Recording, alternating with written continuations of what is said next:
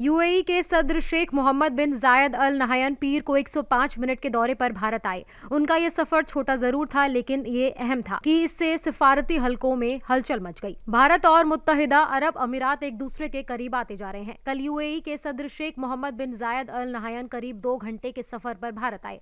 उनका ये सफर मुख्तसर लेकिन काफी अहम रहा। इस दौरान दोनों मुल्कों के बीच कारोबार को 2032 तक दोगुना कर 200 अरब डॉलर तक पहुंचाने का हदफ रखा।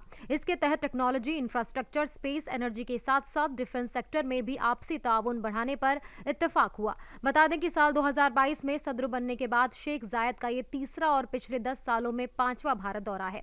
पीएम मोदी के साथ हुई सदर शेख मोहम्मद बिन जायद अल नहयान की बैठक में दोनों ने दहशतगर्दी को लेकर भी बात की और इससे निपटने के तरीकों पर भी चर्चा की, जिससे सरहद पर दहशतगर्दी पर नकेल कसी जा सके। दोनों मुल्कों के सरबराहान ने इस दौरान कहा कि मुजरिमों, फाइनेंसरों और उनके हिमायतियों को इंसाफ के कटघरे में लाया जाना चाहिए। भारत और यूएई ने दहशतगर्दों के लिए माली मदद और मनी लॉन्ड्रिंग पर रोक लगाने के लिए financial action task force framework के तहत साथ में मिलकर काम करने पर भी आमादगी जाहिर की। इससे पाकिस्तान को मिर्ची लग सकती है, जिस पर बार बार दहशतगर्दों को पालने के इल्जाम लगते रहे हैं।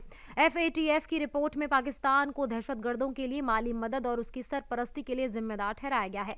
कई रिपोर्ट्स में यह भी दावा किया गया है कि बेशक पाकिस्तान कर्ज में डूबा है, जिसके लिए उसे IMF से बेल आउट पैकेज के जरिए इक्तिसादी मदद मिलती है, लेकिन इन पैसों का इस्तेमाल मुल्क की आवाम की भलाई के लिए नहीं होता, बल्कि इनसे दहशतगर्दों की मदद की जाती है। ऐसे में भारत यूएई के बीच डिफेंस सेक्टर को लेकर हुई डील, जिसमें फौजी मशकों, डिफेंस डील और बाकायदा फौजी सरबराहान के दौरों का जिक्र है, इससे पाकिस्तान की हवा निकल सकती है।